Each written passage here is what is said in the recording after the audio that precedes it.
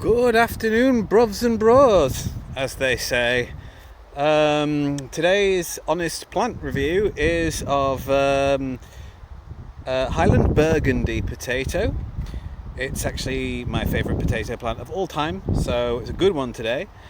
Just to give you a brief look at the plant first, it looks like this. Now this is a slightly wilted one. We've had a lot of heat, so I've decided to dig this one up early. Highland Burgundy is a late main crop, so it does get bigger the longer you leave it in the ground, but I've decided just to make this one my first of the season, see what happens. So you can get a good look at the foliage. Historical Daniel from a month ago will now take you through what the foliage looks like. Take it away, Historical Daniel.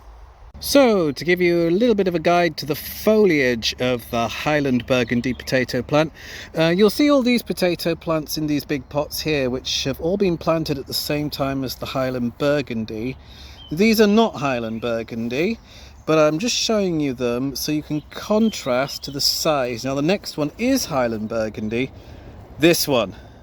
So you can see that this Highland Burgundy plant is a lot bigger than the than the normal plants. Not so much bigger in volume, but taller and a little bit spindlier.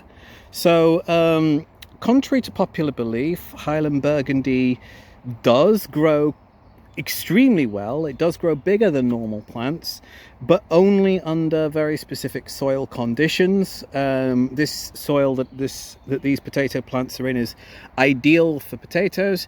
And like I say, the Highland Burgundy of all the plants has actually taken advantage of that the best. You'll notice, so not only are they're very tall and slender, like I say, but they have slightly more rounded leaves than other varieties of potato. So you'll see the end leaf here. See, it's a little bit rounded. The rounded is more pronounced when the plant is young, so yeah, rounded there. Some of them can be quite circular, and you compare it to the leaves of other plants, like this other plant it's more spiked. So yeah, very tall, very thin. This has been growing about a month. It's growing extremely well. It's even got little flowers beginning, see? And we also have the plant as it is now after it's been growing a few months. So I planted this at the beginning of April. It's now the end of June, so that's 3 months. So after 3 months it has begun to wilt and fall over. You'll see it's looking quite scraggly. Still green though, still lush and green. 3 months is about the bare minimum you can have a potato plant growing before you dig it up as new potatoes, if it's a main crop like this one, because really it can live for about 5 months. So yeah, we're going to do it as new potatoes today. When you look online, you'll see that the yield of Highland Burgundy potato is about 500 grams to 1 kilogram per plant. And seeing as this is going to be, this is nowhere near fully grown, if we were to get 500 grams off this one, or a kilogram off this one, I would be absolutely shocked. It would be like the best yield ever. So let's start digging it while I tell you about the plant. So this plant is from the early, here's one, see, it's red. This plant is from the early 1900s. It's about 100 years old.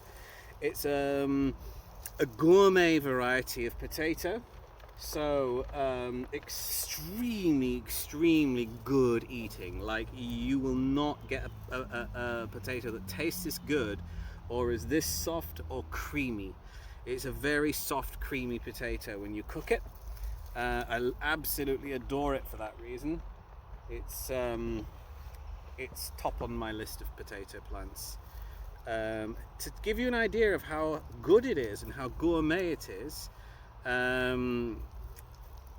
it used to be served at Jamie Oliver restaurants, and yeah, and you can tell why when you eat it. So The potato itself is red.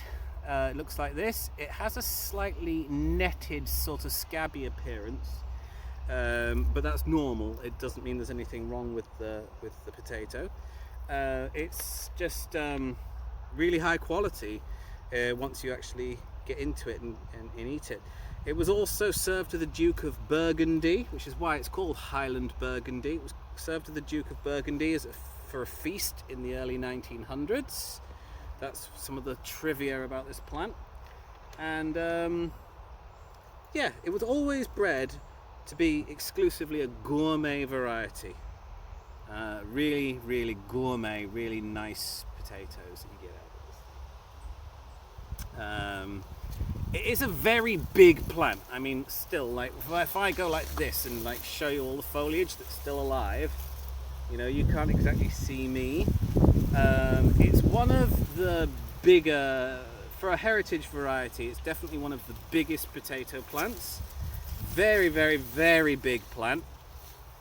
Very sturdy, very upright, unless it wilts in the heat like this has. Just to bring you a little closer so you can see the plant better.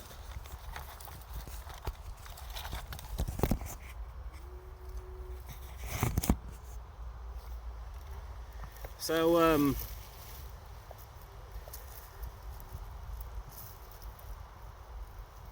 yeah, so it's a very big plant. However, just because it's a big plant doesn't mean that it's very very productive. I'll just put you down a bit further.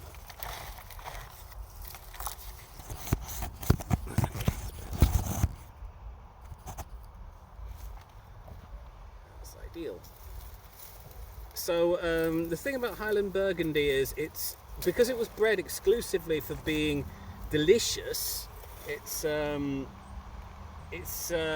was not bred for being productive. It's actually one of the very lowest producing potato varieties that exists. It's really bad. That is why when you look online, the average yield is 500 grams to a kilogram. Most potato plants have an average yield of about 3 or 4 kilograms. Well, maybe 2 in a home-grown setting, maybe up to 4 in a farm setting. So I would say it's about 4 times less productive than other potato plants are. I'm just going to get all this greenery out of the way. There we go. Oh, look at this. Nice. See, this is nice, big, chunky ones. There we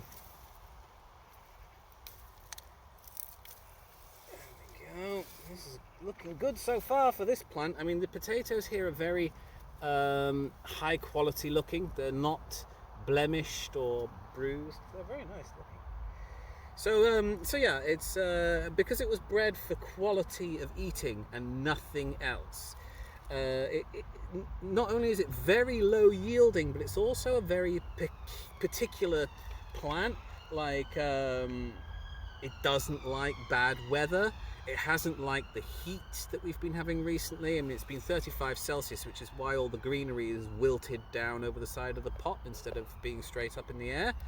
So it hasn't liked the heat. It doesn't like the frost. It's always the first plant to die from anything.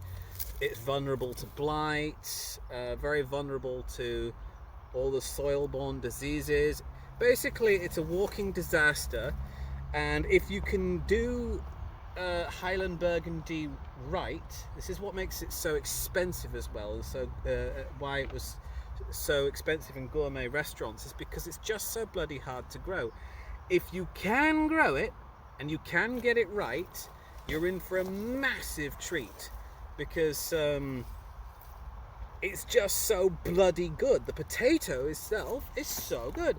So yeah, it's one of those where it's a high risk, high reward sort of plant. If you want to live fast and die young in the potato world, you get a lot of reward from growing Highland Burgundy. It's a very, very popular potato to eat, but good luck growing it. I found that oh, that's a good one. So look at this. The potatoes themselves are usually quite small. Very hard to grow big ones. You might only get 1 or 2 big ones per plant. That's another reason why this potato is so rare. Oh, that's a good one. Look at that. Nice.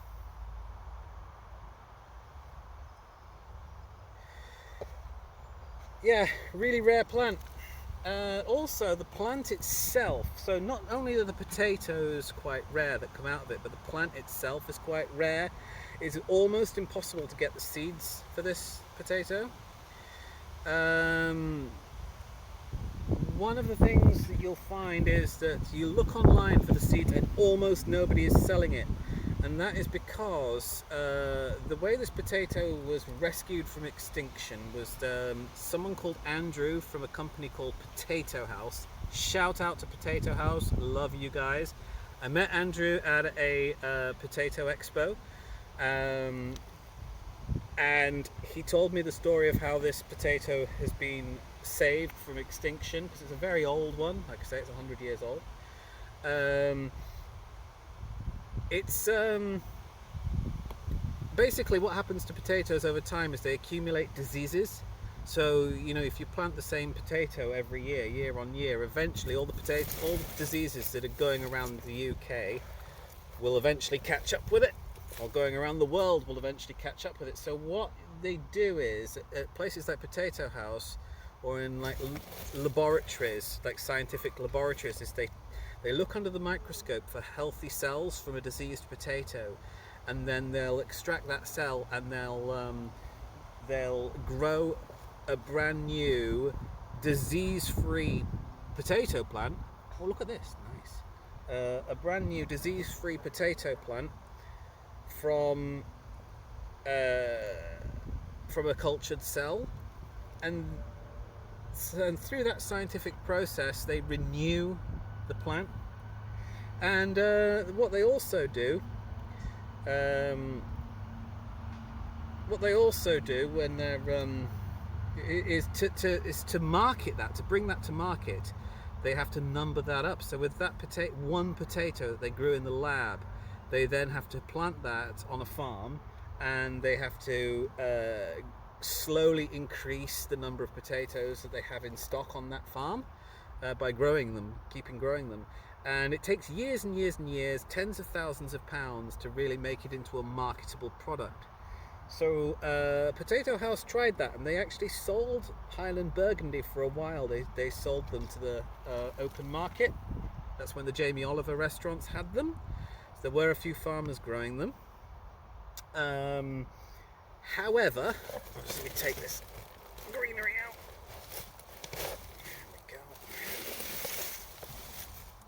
Oh, that's one. Nice.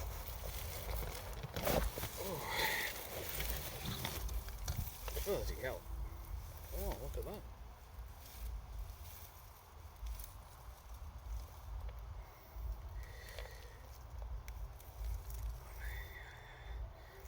And what was I saying?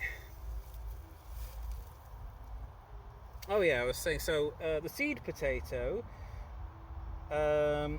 gets numbered up, and it was being sold commercially for a while. However, the problem is that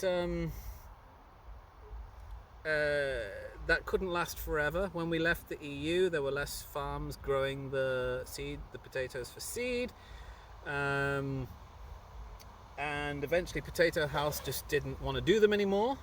Potato House hasn't actually grown them for a few years, so there's no one making brand new seed potatoes. So I'm very lucky that I have actually kept this one alive on my allotment, because I'm not going to get it back again if I lose it.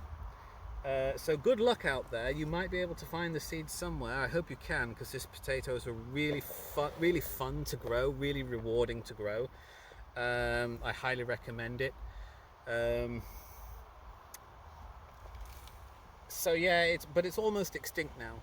It's almost extinct. So if you can get it, please do grow it, because Potato House did their thing, and then they stopped. No one else took over. So this plant is almost dead. in the world. I'm lucky mine are disease free. Um, yeah, very lucky. Look at this. What else was I going to say about it? As for the eating quality, it's a very, like I say, it's a very soft, high dry matter, very floury potato. It makes the best chips in the world because it's so soft it goes crispy very easily. So very good chips or roasties with a nice crispy outside and a very, like, the centre will just like burst in your mouth of this potato when you bite into it. It makes very good mashed potato because it makes a red mash. The potato itself is red inside. So this is another red potato which I'll try and show you. So what I'm going to do is I'm going to show you. So this is how you peel it. You just rub it, as with all fresh potatoes. And look how vibrant it looks. It doesn't just taste good, it looks vibrant when I peel it. Look at that. And then if I just going to try breaking it in half so I can show you what it looks like inside. Not very strong.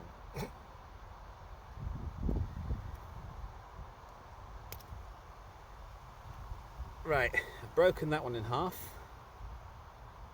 Look, it's like a jewel glistening in the sun. I absolutely love this thing. It's one of the most vibrant coloured potatoes you can grow, and it stays like that when you cook it. You cook it and it's still really brightly coloured when you take it back out of the oven. So it's a beautiful potato. Like I say, it's the best potato that exists in every way for the potato itself. Right, all I'm doing now is digging it.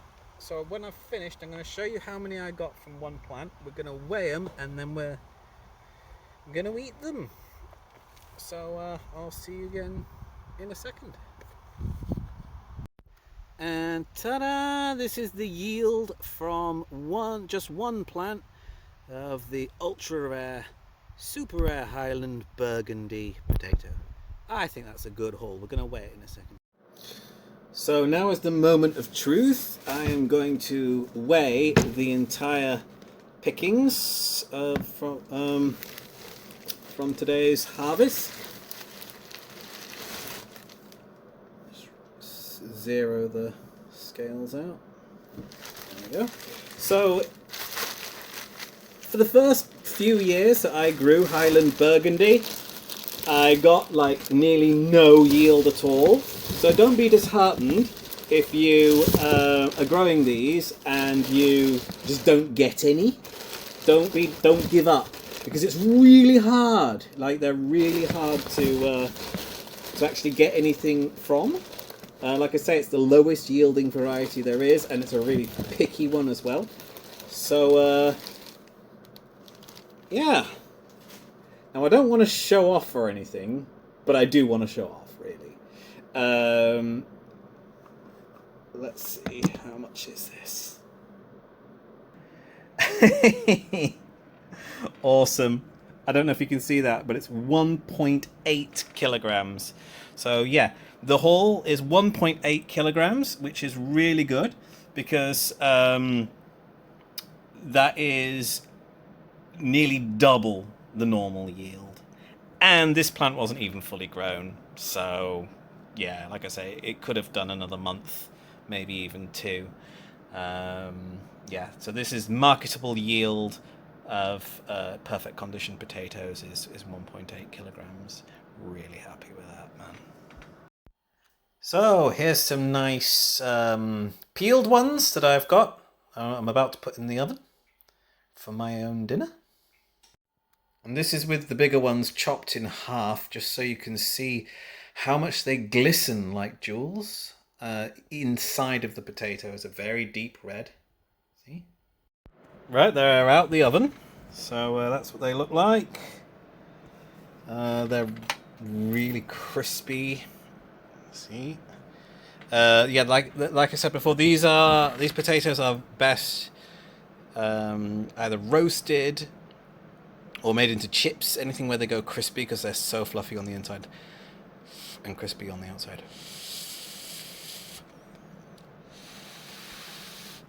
These literally just came out of the oven.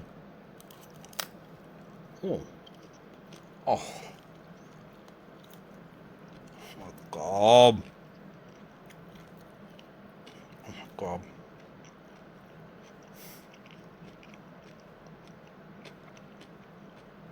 Every year I do this.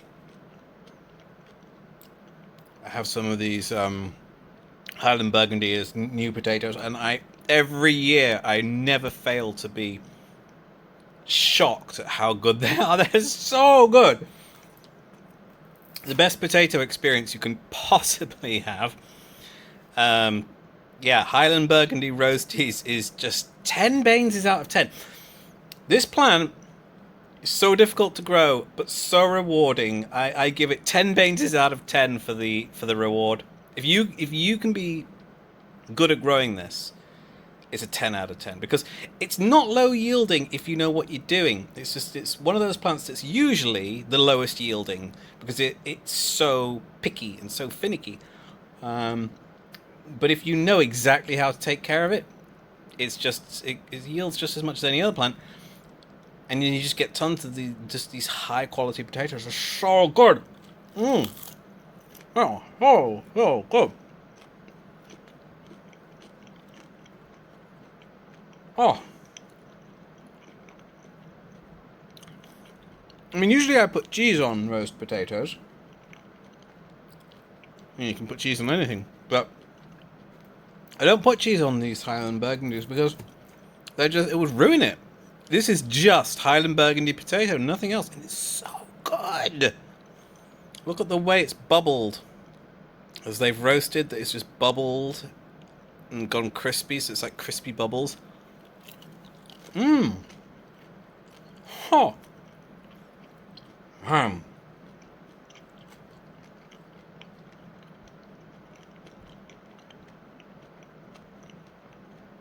Yeah, you can't buy these in the shops. You have to grow them yourself. The eating experience, 10 Bainess out of 10.